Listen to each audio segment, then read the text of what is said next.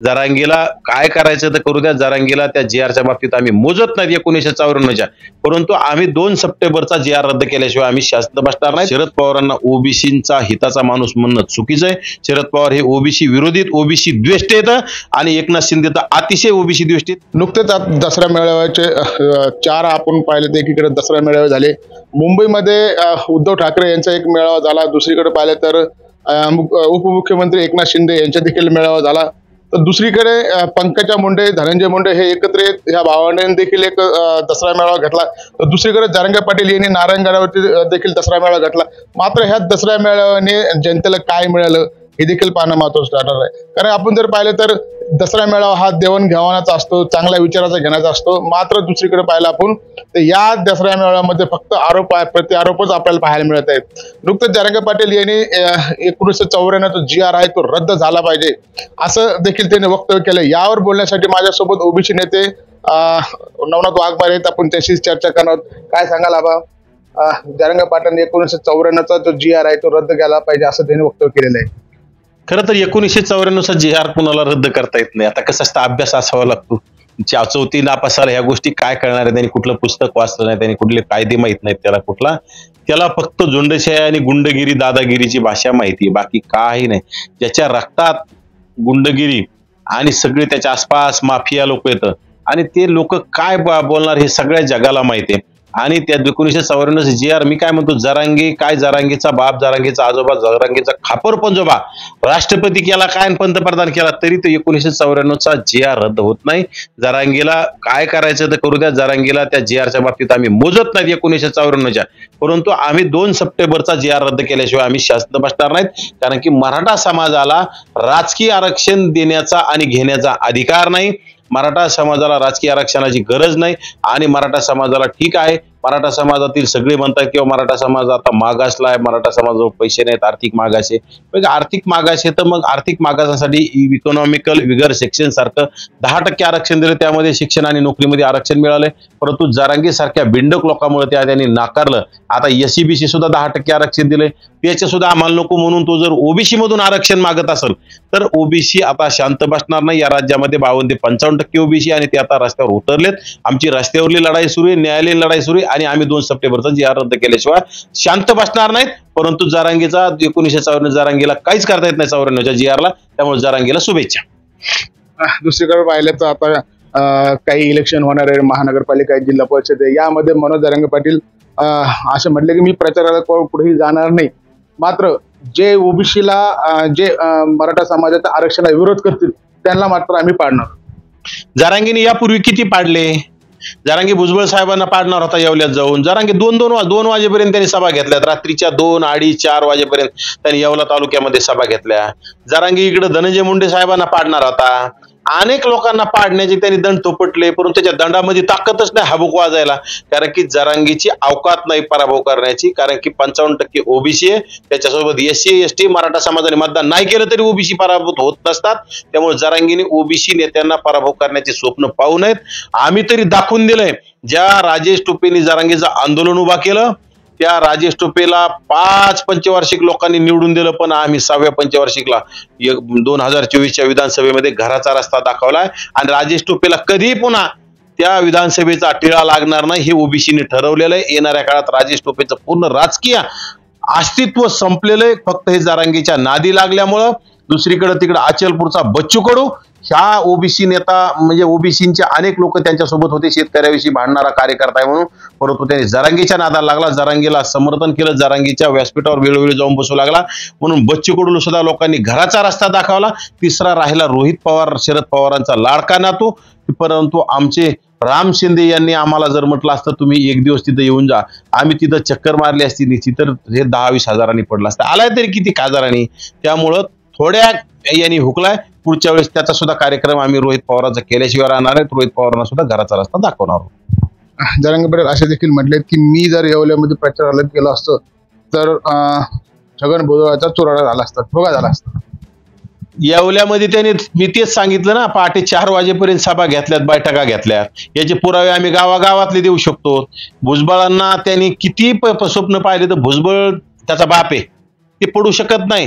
जरांगीने भुजबळ सारख्या माणसांना पाडण्याचे स्वप्न पाहू नये. वडेट्टीवारांसारख्या माणसाला पाडण्याचे स्वप्न पाहू नये. पंकजाताई असतील, ठीक आहे, अनावधानाने पंकजाताईच्या लोकसभेला ती पंकजाताईची सुद्धा चूक आहे. पंकजाताईने ओबीसीना जास्त विचारात घेतलं नाही आणि त्यांनी जर ओबीसीना विचारात घेतलं असं 2 लाख मता निवडून आल्या असत्या. परंतु पुढच्या विधानसभेला जरांगीला म्हणा तुझा कोण उमेदवार आहे, काय लोकसभेला बीडच्या काय ताकद लावायची लाव, आम्ही पंकजाताई असतील, प्रीतमताई असतील, याला लाखोच्या मताने निवडून आणण्याचं काम करू.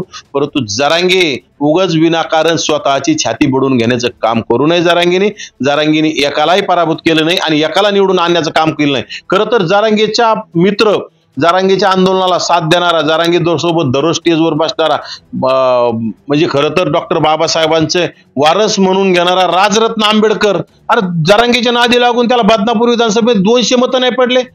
अक्षरशः जरांगेचा सहकारी बिचारा मंगेश साबळे, जरांगीने त्याला विरोध केला आणि जरांगीने विरोध केल्यामुळे त्याला 2-2.5 लाख मतं पडले आणि या राजरत्नाला पाठिंबा देऊन राजरत्नाला 200 मतं पडले. म्हणजे जरांगीची अवकात किती आहे हे आपण बघावं. जरांगे फक्त बडबड करतो वायफळ, जरांगीच्या मागे कोणी नाही. जरांगीच्या मतपेटीत एकही मतदान पडत नाही. जरांगे सोबत फक्त झुंडशाही करणारे, गुंडगिरी करणारे, वाळू माफिया, गुटखा माफिया, मटका माफिया, दारू माफिया, जमिनी हडप करणारे, बलात्कार करणारे, विनयभंग करणारे, असे लोकांची टोळी आहे. जरांगे त्याच्या जीवावर त्यांच्या जीवावर पोहोचण्याचं काम करतोय. जरांगींना शरद पवार रसद देण्याचं काम करतात, जरांगीला एकनाथ शिंदे रसद देण्याचं काम करतात. त्याच्यावर हे आंदोलन सुरू आहे. आणि खरं तर काय झाले, या राज्यामध्ये मायक्रो जातीतील मुख्यमंत्री झाल्यामुळं ह्या 2-4 लोकांच्या बुडाला आग लागली आणि म्हणून जरांगीच्या खांद्यावर बंदूक ठेवून जरांगीला रसद देऊन हे आंदोलन वाढवण्याचं काम सुरू बाकी आहे. एकीकडे ते असंही देखील म्हणले की ज्या शरद पवारांनी ज्यांनी त्यांना मंडळ आयोग दिला, आज त्यांच्याच पाठीत खंजीर खुपसण्याचं काम केलं. शरद पवारांनी मंडल आयोग देण्याचा कुठलाही शरद पवारांना श्रेय देण्याची गरज नाही. कारण की मंडल आयोगाचे जनक तत्कालीन पंतप्रधान स्वर्गीय विश्वनाथ प्रताप सिंग हे आहेत, बीपी मंडल आहेत. आणि पंतप्रधानांनी मंडल आयोग लागू करण्याचा आदेश दिल्याच्या नंतर प्रत्येक राज्याला तो मान्य करावा लागला. असं काही नाही किंवा शरद पवार राज्यात मुख्यमंत्री होते म्हणून त्याला ते करावं लागला. मग काय बाकी राज्यात काय मंडल आयोग लागू झाला नाही का? सर्वप्रथम बिहारमध्ये मंडल आयोग लागू झाला, परंतु स्वतः कुठेतरी स्वतःचं उरबडून घेण्याचं काम केलं. शरद पवारांनी प्रथम मंडल आयोग लागू केला असं सांगण्याचं, भासवण्याचं काम केलं. परंतु सरकार कुणाचंही असो, सत्तेतला असो का विरोधातला असो, कुठलाही मुख्यमंत्री असो, त्यांना मंडल आयोग लागू करावा लागला केंद्राच्या शिफारशीनुसार. त्यामुळे शरद पवारांना याचं श्रेय जात नाही. श्रेय जातं फक्त विश्वनाथ प्रताप सिंग, बीपी मंडल यांना. त्यामुळे शरद पवारांनी उगाच म्हणजे जाती द्वेष निर्माण करून कुठेतरी स्वतःचं लाल करून घेण्याचा प्रयत्न करू नये. आणि त्या शरद पवारांच्या पिलावळीने सुद्धा सांगू नये की शरद पवारांनी मंडल आयोग लागू केला, तो आम्ही ती गोष्ट मान्य करणारच नाहीत. त्याचं श्रेय फक्त विश्वनाथ प्रताप सिंगांना. एकीकडे असं देखील बोलले जाते की देवेंद्र फडणवीस आणि महाजन यांचे चांगले संबंध होते, मात्र ह्या दोघांच्या संबंधामध्ये कुठेतरी रोडा आणण्याचे काम छगन भुजबळ यांनी केलेले. त्याला काय घेणे देणे, कोणाचे काय संबंध असते, हॉस्पिटलमध्ये रिकाम पडते. मला त्या डॉक्टरांचं बी आश्चर्य वाटतंय. ते कोण डॉक्टर आहेत काय माहिती, आपलं इथं पडत फक्त मीडियाच्या प्रेस घेण्यासाठी त्या हॉस्पिटलमध्ये वाकडं तिकडं पडत राहतं आणि इतकं नाटक करतं. नारायणगडांच्या त्या दिवशी जाताना असं बळच धरून नेलं, ॲम्ब्युलन्समध्ये नेलं, तिथं असं कणत बोलत होतं आणि मागून जे शिव्या सुरू केल्या. अरे ते नारायणगड महंत तिथं त्याच्या शेजारी बसलेले, मला त्या महंताचं बी हसू येतं. याला महंत कसं म्हणावं आपण? त्यांच्या शेजारी जर ते समाजाला शिव्या देत असेल, गायक आईमाईवर शिव्या देत असेल, आणि ती नारायणगड हा म्हणजे एक पावन भूमी, त्या भूमीमधून जर तुम्ही असे विचार पेरत असताल तर महंतांची बी आपण मला कीव करावीशी वाटते. याला काय अक्कल शून्य माणसाला आपण काय सांगावं? इतका मूर्ख माणूस आणि इतका मूर्ख आंदोलक, इतका मूर्ख स्वतःला नेता म्हणून घेणारा मी माणूस बघितलाच नाही आणि असा माणूस पुढे सुद्धा होणार नाही, मागे बी झाला नाही. एकीकडे जर पाहिलं तर तुमचे सहकारी लक्ष्मण हाके यांनी शरद पवारांची टीका केलेली आहे की हे रसद पुरवतात, आंदोलन हे चालवतात. दुसरीकडे रोहित पवार असतील किंवा राजेश टोपे असतील यांची देखील त्यांनी तुम्ही टीका केलेल्या आहे त्याच्यावर. अगदी बरोबर आहे. लक्ष्मण हाके काही चुकीचं बोलले नाहीत. शरद पवारांचा जरांगेचं आंदोलन वाढवण्याचं आणि जरांगेचं आंदोलन वाढल्यामुळे ओबीसींचं राजकीय सामाजिक आरक्षण धोक्यात आलं, ओबीसींचं अस्तित्व धोक्यात आलं. जरांगे फक्त वारंवार ओबीसी मध्ये घुसण्याचीच भाषा बोलतोय आणि शरद पवारांचा लाडका नातू रोहित पवार असेल, शरद पवार यांचा माजी आमदार राजेश टोपे, ह्या दोघांनी जरांगेला रात्री 2 वाजता, जरांगे पळून गेला होता परंतु त्याला पुन्हा उचलून आणून त्या आंदोलनस्थळी बसवण्याचं काम केलं. आंदोलनाला ताकद दिली, रसद दिली, भरघोस निधी दिला. आणि सगळं नियोजन लावण्याचं काम रोहित पवारांच्या वॉर रूम मधून त्या जरांगीच्या सोशल मीडिया चालवण्याचं काम झालं. त्यामुळं मी म्हणतोय शरद पवार याचे पूर्ण रसद देणारे आहेत आणि त्यांच्या मागे मग एकनाथ शिंदे सुद्धा आहेत, कारण की यांनीच आंदोलन वाढवलं म्हणून ओबीसीचं अस्तित्व धोक्यात आलं आणि त्यामुळे शरद पवारांना ओबीसीचा हिताचा माणूस म्हणणं चुकीचं आहे. शरद पवार हे ओबीसी विरोधीत, ओबीसी द्वेष्ट आहेत आणि एकनाथ शिंदे तर अतिशय ओबीसी द्वेष्ट आहेत. त्यामुळे त्या दोघांच्या विषयी आमच्या मनात कायम सल राहील, कायम राग राहील. मला सांगा, एकीकडे आता जो काही GR निघालेला आहे, म्हणजे 16 तारखेला नागपूरमधून मोर्चा देखील निघणार आहे एल्गार, तर ते तुम्ही त्याविषयी कोर्टात जाणार का? तो GR रद्द होण्यासाठी काही प्रयत्न करणार आहात का? आणि जर असं झालं तर जरांगे पाटील म्हणले की मी देखील ओबीसीच्या जे काही 2-3 जाती त्या कोणतेही आयोग न लावता, कोणती चौकशी नव्हत्या घुसल्यात, त्यांना देखील त्यामधून काढण्यात यावं यासाठी प्रयत्न करेल. खरं तर 10 ऑक्टोबरचा आमचा न भूतो न भविष्यती असा मोर्चा नागपूरमध्ये आमचे ओबीसीचे नेते माजी मंत्री वडेट्टीवार साहेब यांच्या नेतृत्वात होणार आहे आणि त्या मोर्चामध्ये मी स्वतः सहभागी होणार आहे. लाखो लोक त्याच्यात सहभागी होणार आहे आणि त्या मोर्चामुळे राज्य सरकारला झुकावं लागणार आहे आणि आमची न्यायालयीन सुद्धा लढाई आहे. आम्ही 2 सप्टेंबरचा GR रद्द केल्याशिवाय स्वस्थ बसणार नाहीत, तो आम्ही रद्द केल्याशिवाय राहणार नाहीत आणि तो रद्द होणारच आहे.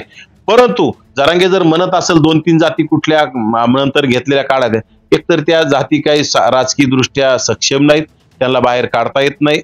आरक्षण कुणाला देता येतं? ज्या राजकीय दृष्ट्या मागास आहेत, सामाजिक दृष्ट्या मागास आहेत, ह्या लोकांना आरक्षण देता येतं. त्या पद्धतीने त्यांना देण्यात आलं, कारण की त्यांचे काही आमदार नाहीत, खासदार नव्हते, काही नव्हते, त्यांना आरक्षण दिलं. ते म्हणजे योग्य मागासवर्ग आयोगाने विचार करून, मागासवर्ग आयोगाने अभ्यास करून सगळ्या गोष्टीचं नियोजन लावून ते आरक्षण दिले. त्यामुळे जरांगीच्या बापाला बी ते रद्द करता येत नाही. जरांगीला काय करायचं तर कर म्हणा, काय आपटून घ्यायचं तर घे म्हणा, जरांगीची आणि काय आमचं होत नाही. परंतु आम्ही 2 सप्टेंबरचा GR रद्द करणार. नक्कीच आपण जर पाहिलं ते होते नानाभाऊ वाघमारे की जो काय 2 सप्टेंबरचा जो काही GR काढण्यात आलेला आहे राज्य सरकारकडून, तो रद्द करण्यासाठी हे प्रयत्न करणार आहे. त्यामुळे त्यांचे मोर्चे देखील राज्यभर होत आहेत आणि येणाऱ्या काळामध्ये मात्र आता खरंच सरकार यांच्या दबावाला बळी पडून हे राजकीय आरक्षण संपवतंय का, हे देखील पाहणं महत्त्वाचं ठरणार आहे. संजय आहेर, लोकशाही न्यूज, छत्रपती संभाजीनगर.